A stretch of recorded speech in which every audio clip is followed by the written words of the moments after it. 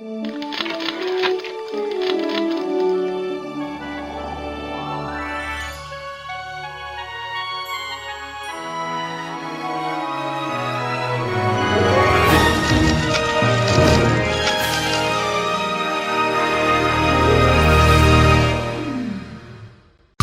Pagi Gereja Oikos Online. Sebelum Anda melakukan aktivitas lebih lanjut,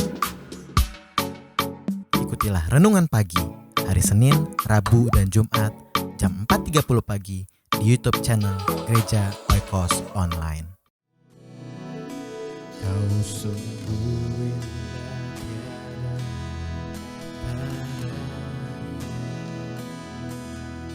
sungguh menakjubkan,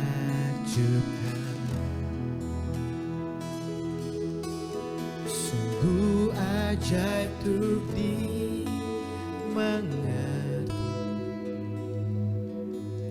lebih dari semua yang ada.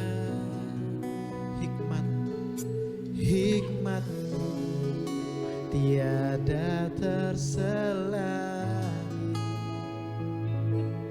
kasih-Mu dalam tak terduga. Kau sungguh indah, tarai mulia dan berkuasa. Ku kagum hormat, ku kagum hormat akan Engkau, ku kagum hormat akan Engkau. Kau Allah yang layak dipuji. Ku kagum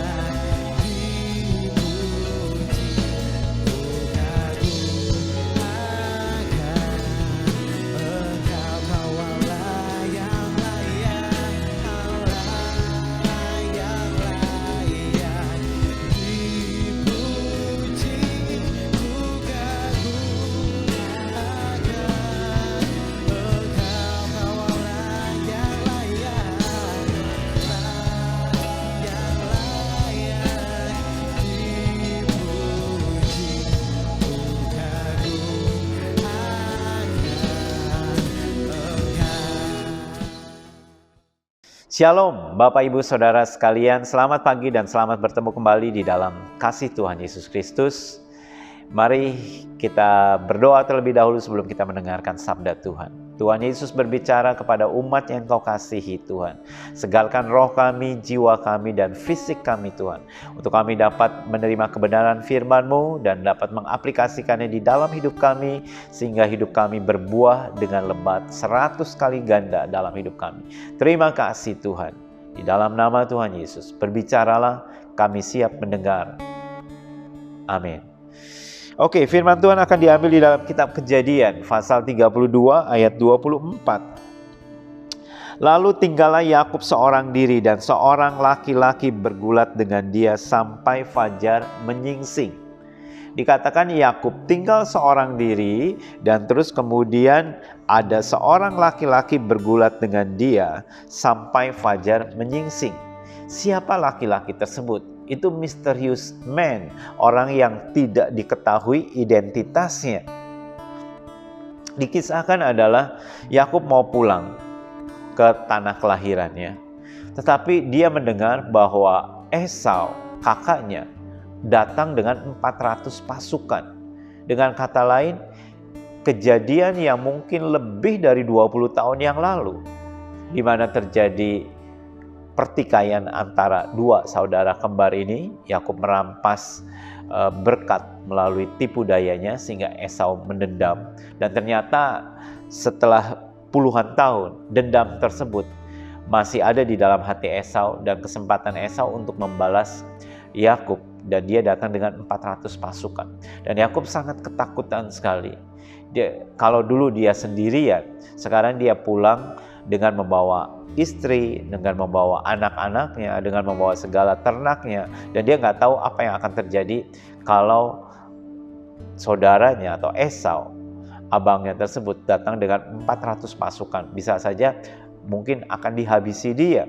Lantas di ayat 22 dikatakan Yakub menyeberangkan keluarganya satu demi satu dari sungai Yabok sana.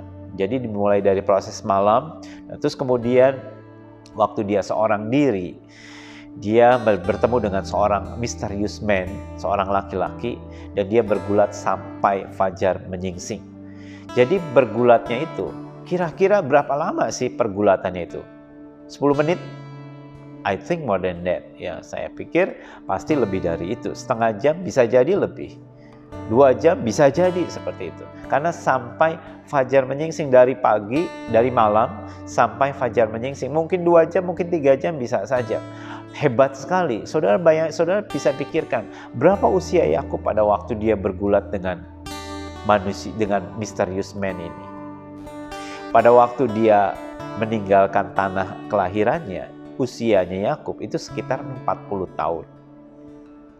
Kemudian dia bekerja dengan mertuanya, di rumah mertuanya 14 tahun, terus ditambah lagi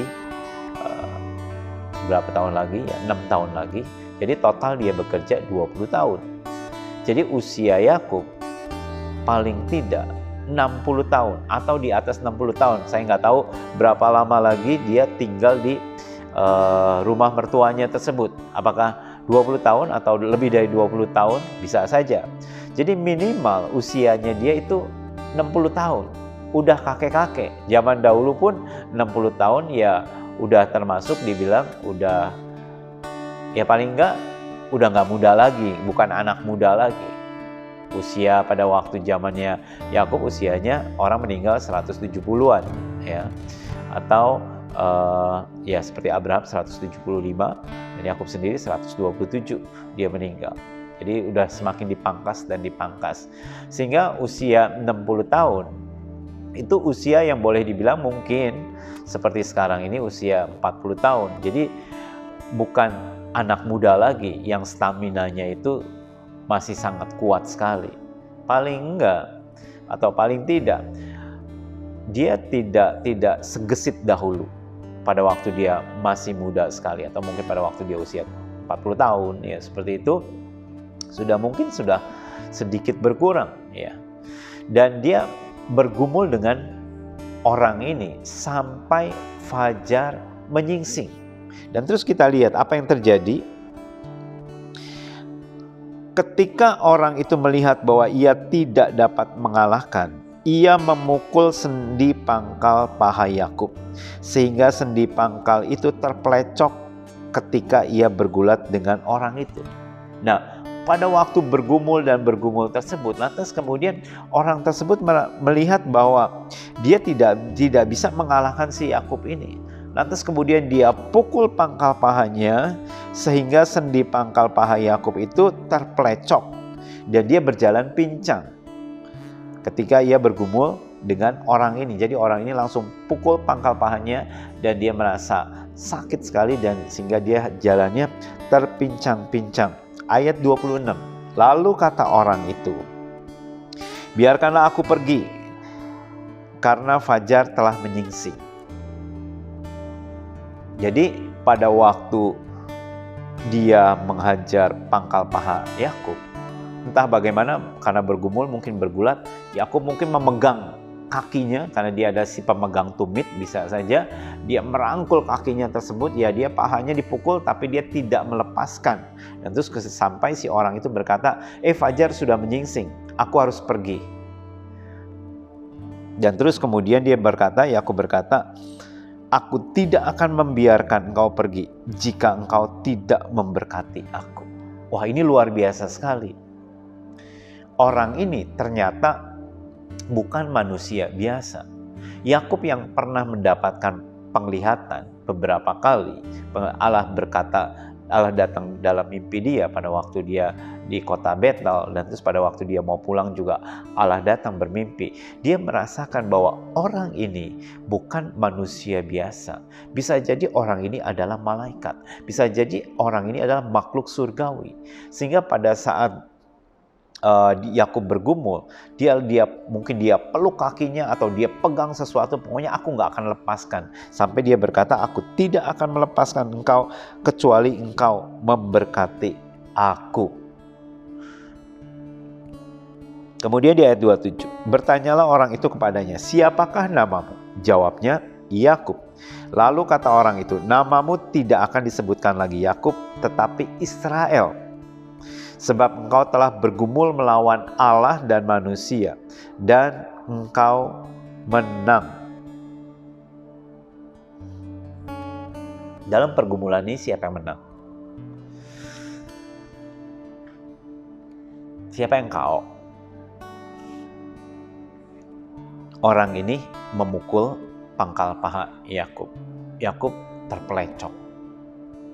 Seharusnya dia yang kalah. Tetapi orang ini berkata, engkau telah bergumul melawan Allah dan manusia, dan engkau menang. Jadi Yakub memenangkan pertarungan ini. Karena dia tidak melepaskan orang tersebut. Mungkin dia tangkap kakinya, dia pegang terus. Pokoknya aku nggak akan lepaskan engkau sampai kamu memberkati aku. Ini satu tekad yang kuat dari seorang yang bernama Yakub ini. Dan tekad itu harus kita miliki.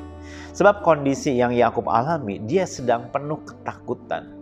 Dia tahu bahwa ada bencana di depan sedang mengancam nyawanya, sedang mengancam istri-istrinya, sedang mengancam anak-anaknya, dan sedang mengancam segala harta miliknya.